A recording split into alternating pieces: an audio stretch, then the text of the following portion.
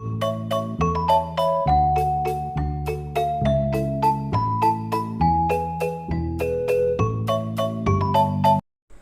Dear friends, welcome to my YouTube channel Adarsh English classes. दोस्तों, आज की वीडियो का टॉपिक है class BA final Indian English literature की last poem the unrest of desire composed by K N. Daruwalla, जिन्हें shortcut में K N. Daruwalla भी बोलते हैं। ये poem the unrest of desire, rest means आराम करना, अन लग गया तो ये हो गया इसका अपोजिट आराम ना करना, मतलब बेचैन रहना। ऑफ डिजायर इच्छा, इच्छा की बेचैनी, या कह सकते हैं इच्छा का दमन। 15 लाइन्स की पोएम है। पोएम शुरू करने से पहले मैं आपको पोइट के.एन. दारूवाला के बारे में कुछ बता दूं। लिखा है ये के.एन. दारूवाला, इनका जन्म 1937 में हुआ था, 1937 में। और अलाइव मतलब इनकी मृत्यु नहीं हुई है अभी। बर्थ प्लेस, इनका जन्म हुआ था लाहौर में यानी पाकिस्तान में। आफ्टर पार्टीशन इन इंडिया, कहने का मतलब ये है जब भारत और पाकिस्तान के बीच में पार्टीशन बंटवारा हुआ था तभी ये भारत आ गए थे। अवार्ड्स, इन्हें अवार्ड कौन कौन से मिले हैं? साहित्य अकेडमी अवार्ड मिला है इन्हें 1984 में। 1984 में इन्हें साहित्य अकेडमी अवार्ड मिला था। इनका एक पोइम कलेक्शन था the keeper of the dead. The keeper of the dead ये पोइम कलेक्शन था, इसमें बहुत सारी पोइमें थीं।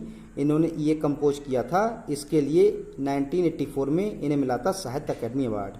सेकंड अवार्ड ये है पद्म श्री, ये मिला था 2014 में।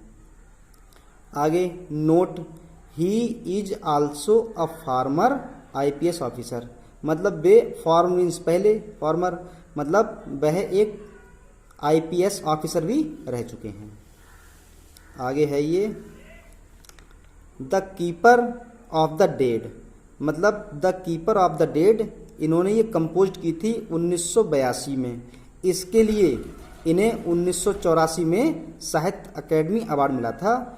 पब्लाइज कराई थी बाय ऑक्सफोर्ड यूनिवर्सिटी, 1982 में लिखा है ये, मतलब 1982 में ऑक्सफोर्ड यूनिवर्सिटी ने पब्लाइज किया था इसे। आगे और लिखा है सम अदर अवार्ड्स, कुछ अवार्ड और मिले थे इन्हें। कॉमनवेल्थ पोएट्री प्राइज ये मिला था 1987 में। उत्तर प्रदेश स्टेट अवार्ड ये मिला था 1972 में, मतलब कॉमनवेल्थ पोएट्री प्राइज ये इन्होंने रिसीव किया था 1987 में, और उत्तर प्रदेश स्टेट अवार्ड ये प्राप्त किया था 1972 में। तो ये थी पोइट के.एन. दारूवाला, इनके बारे में थोड़ी जानकारी। आगे स्टार्ट करते हैं poem the unrest of Dzire composed by K. N.. Daruwalla. The unrest of desire is lit up with eyes. The unrest means बेचैनी या दमन, of desire इच्छा, is lit up जल जाता है या प्रकट हो जाता है, with eyes आँखों के साथ या आँखों से। इच्छा का दमन आँखों से ही प्रकट हो जाता है। कवि कहना चाहता है यदि कोई व्यक्ति अपनी इच्छा का दमन करना चाहता है तो इच्छा का दमन करने से जो उसके चेहरे पर चिंता का भाव प्रकट होता है वो आंखों से ही दिख जाता है। What ever the mask you slab upon your face, what ever जो भी, द मास्क नकाब, यू स्लैप, स्लैप मीन्स थप्पड़ मारना, यहाँ पर थप्पड़ मारना नहीं है, यहाँ पर इसका सेंस है पहनना।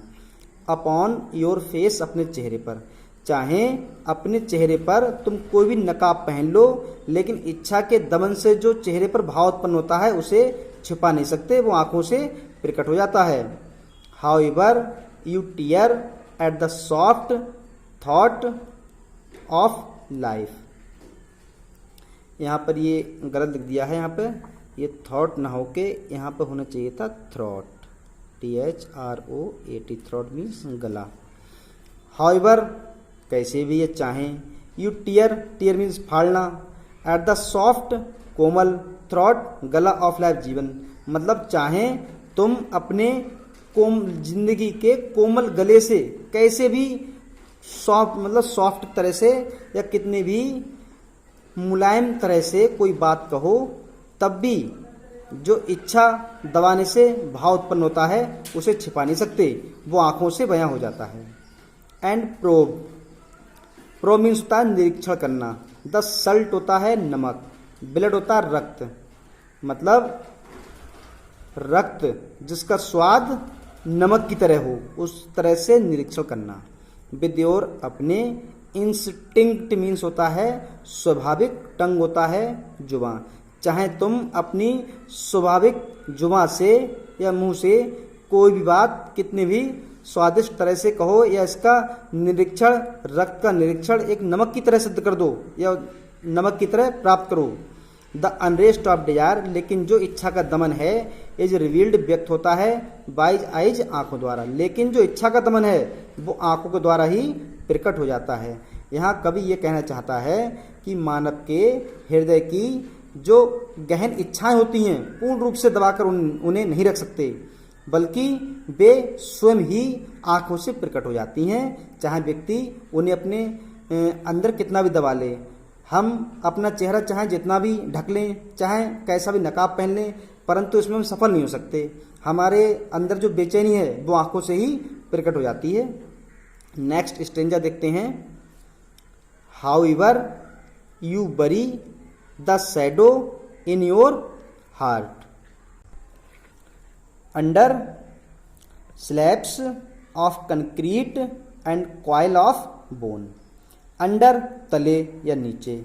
स्लैब्स, स्लैब होता है पत्थर का टुकड़ा या पत्थर का टीला। ऑफ कंक्रीट, कंक्रीट मीन्स होता है ठोस। And coil of bone, bone means हड्डियां, लेकिन यहां पर कह सकते हैं कॉइल ऑफ बोन्स, हड्डियों का दबाव या हड्डियों से बना हुआ मानव का स्ट्रक्चर। कवि कहना चाहता है कि चाहे तुम अपने हृदय में इन इच्छाओं की परछाई दबा लो। बरी मीन्स होता है, बरी मीन्स बोलते हैं दफनाना। चाहे तुम अपने हृदय में अपनी इच्छाओं को कितना भी दबा दो, उन्हें दफन कर दो।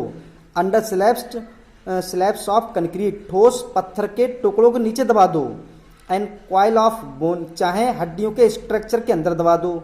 मतलब चाहे तुम अपनी इच्छाओं का दमन अपने हृदय के अंदर कर दो, या अपने हृदय में अपनी इच्छाओं को दफना दो, चाहे ठोस पत्थर के टुकड़ों के नीचे दबा दो या हड्डियों के बने हुए स्ट्रक्चर में दबा दो, लेकिन तब भी इसे तुम छुपा नहीं सकते, ये बाहर प्रकट हो जाती है। हाउएवर यू वाल the cave impulse at the mouth. However, चाहे यू वाल, वाल मीन्स दीवार, यहाँ पे दीवार बनाना है, ये वर्ब है यहाँ पे। द केव, गुफा, इम्पल्स, आवेग, एट द माउथ, मुंह। चाहे तुम अपने मुंह पर, अपने मुंह की गुफा पर एक आवेग की दीवार खड़ी कर दो। It will hammer, hammer means हथौड़ा, लेकिन यहाँ पर वर्ब है हथौड़ा पीटना। एट द साइड्स, कोरों पर।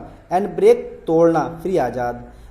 तब इच्छा का जो दमन है, जो उससे जो भाव उत्पन्न होता है, ये उस दीवार पर हथौड़े पीटकर उस दीवार को तोड़ देगा। मतलब कभी ये कहना चाहता है, चाहे तुम अपने मुंह पर एक आवेग की दीवार लगा दो, ताकि तुम अपने मुंह से अपनी इच्छा के दमन से जो भाव उत्पन्न है उनको बयान ना कर सको, उनको वर्णन ना कर सको, इसके लिए एक दीवार बना दो। तो जो इच्छा का दमन है वह एक ऐसा हथौड़ा चलाती है कि ये उस सारी दीवारों को तोड़ देती है। हाउएवर यू बरी the shadow in your heart. However, चाहे यू बरी, तुम दफना दो, the shadow, Chhaya, in the heart, हृदय में।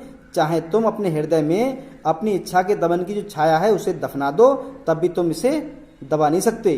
तो मतलब ये है, कवि ये कहना चाहता है कि मनुष्य जो है वो दूसरों से इच्छाएं छिपाकर रखने में समर्थ हो जाता है, लेकिन हृदय की गहराइयों में उन्हें दबाकर नहीं रख सकता। जैसे कि कोई भी चीज़ हो, उसे हम अपने हृदय में दबा तो सकते हैं, लेकिन हृदय में दबाने के बाद में उसे दबाने से जो हृदय में हमारे दुख उत्पन्न होता है, वो दुख आंखों से बयां हो जाता है। व्यक्ति चाहे अपने हृदय में उन्हें कितना भी दफना दे, लेकिन आंखें हर चीज को प्रकट कर देती हैं। लास्ट स्टेंजा है, you may H the shadow on the cavern wall. You, तुम्हें, में चाहिए, एच, एच मीन्स होता है मतलब कोई चित्र बनाने के लिए रेखा खींचना। द शैडो, छाया, चाहे तुम छाया के लिए कोई रेखा खींच दो। ऑन द कैवर्न वॉल, उस गुफा की दीवार पर, ताकि उसमें कोई न झांक सके, एक रेखा खींच दो। एंड टर्न, मोड़ दो, ड्राइव्स घुमाते हुए, इनटू एबोरिजाइंस आर्ट, एबोरिजाइन मीन्स होता है अविकसित आर्ट कला, चाहे उसे अविकसित कला में बदल दो। बीजन, बीजन मीन्स जंगली भैंसा। एंड स्टैग, बारहसिंगा, जंगली भैंसा और बारहसिंगा लॉपिंग उछलते हैं इन चारकोल लाइन्स। चारकोल होता है काली, काली छड़ी बोलते हैं, लाइन्स रेखा, जैसे कि जंगली भैंसा और बारहसिंगा उस जंगली भैंसा और बारहसिंगा उस काली रेखाओं पर उछलते रहते हैं। इसी तरह से हमारी इच्छा भी आंखों पर आ जाती है। यू तुम can not erase the burn, it will चार योर ड्रीम्स। यू तुम कांट नहीं, इरेज हटा सकते हो, द बर्न होता है जलना और बर्न मीन्स होता है जलने का निशान या निशान होना। तुम उस निशान को हटा नहीं सकते। इट विल चार योर ड्रीम्स, इट ये विल चार होता है मिटा देगा, नष्ट कर देगा, योर तुम्हारे ड्रीम सपनों को, लेकिन इच्छा का दमन तुम्हारे हृदय के सपनों को चकनाचूर कर देगा। हाउएवर, चाहे, यू बरी, तुम दफना दो, the shadow, Chhaya, in the heart, हृदय में, चाहे तुम अपने हृदय में उन सारी इच्छाओं को दबा दो, लेकिन तब भी तुम इसे छुपा नहीं सकते, ये आंखों से प्रकट हो जाती है। मतलब ये है, इसमें पोइट के कहने का मतलब ये है कि मनुष्य के हृदय की इच्छाएं सदैव अमर रहती हैं तथा इन्हें ना तो पूरी तरह से हम दबा सकते हैं और न ही समाप्त कर सकते हैं। इन्हें गुप्त रूप से अभिव्यक्त करने के लिए हम प्राचीन काल की तरह गुफाओं की दीवार बना लेते हैं, लेकिन जो इच्छाएं होती हैं ये एक हथौड़े का काम करती हैं और इच्छाओं के प्रतीक रूप में, जैसे कि चारकोल से जंगली सांड, हिरन के चित्र बना सकते हैं, ये सब दर्शाया गया है।